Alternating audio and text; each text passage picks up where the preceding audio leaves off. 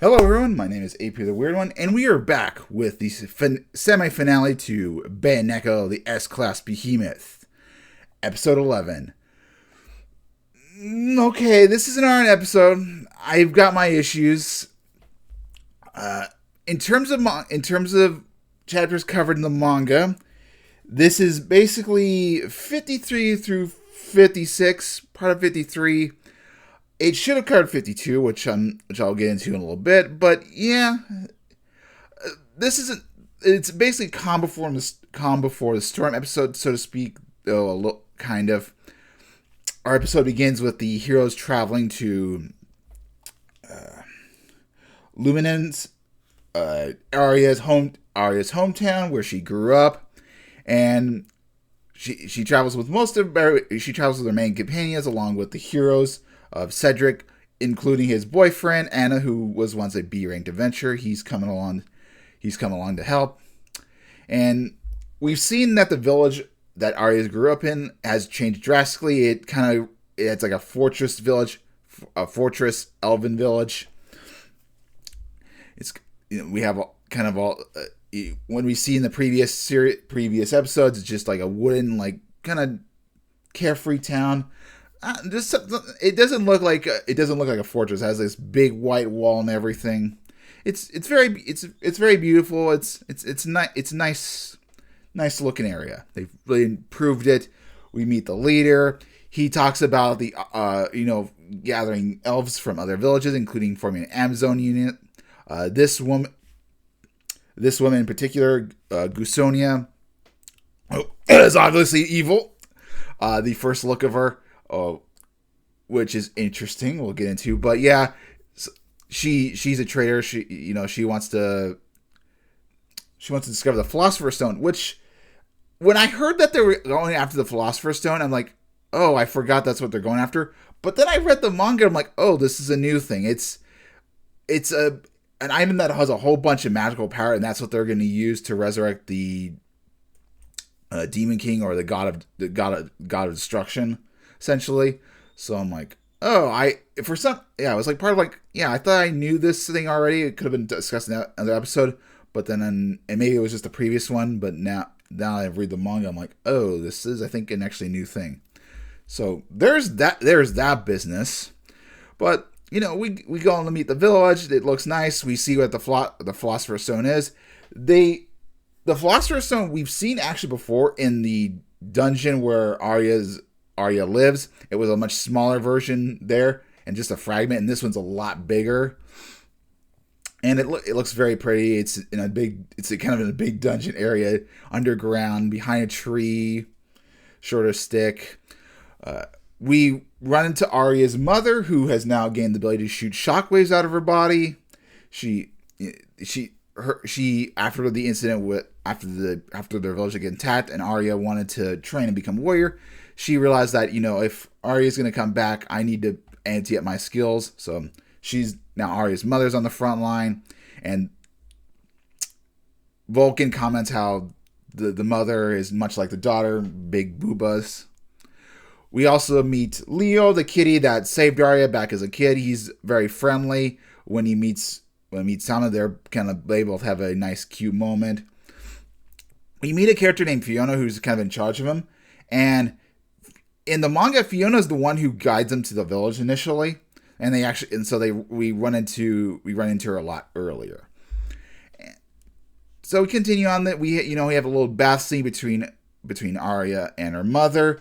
This is the fan service part, and it's kind of hard to tell it's actually fan service. Like, we see their booba and we see them in the bath, but we don't see their nipples very much. It's like, even in the uncensored version, yeah, you don't, like, you see maybe a pixel or two or so. It's kind of difficult.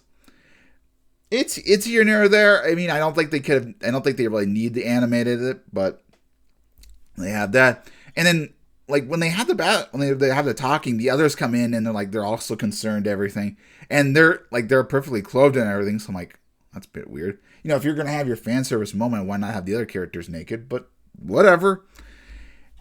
So we go down. They have a little nappy Sita, and of course this woman, she's gonna break through this big tree that has holds the Philosopher's Stone. Of course, Alicia knows that she is the demon and cuts her down super easily. And as soon as that happens, the owl informs the demon it's time to go, and they basically attack at night. And that's kind of basically where it ends. So overall, the episode was okay. It's just kind of a little bit of a slice of life episode, preparing for the big battle. Now, in the manga, the chapter that's not in there, chapter 52, I think that could have been a little bit more important.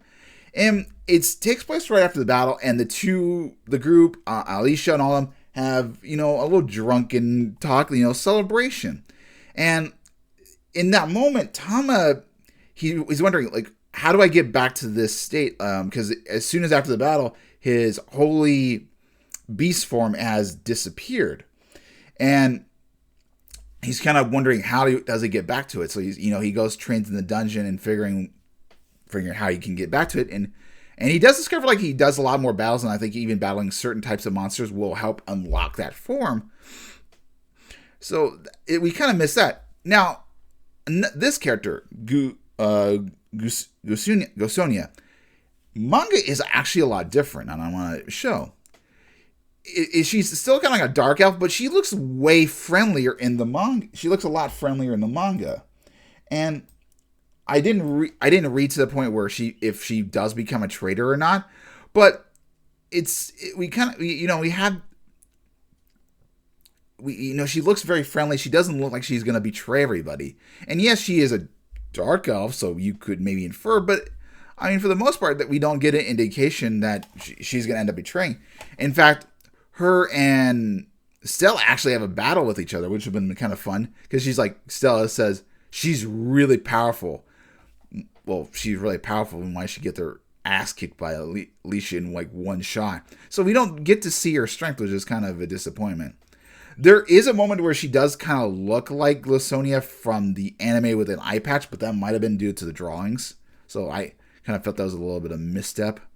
I don't know.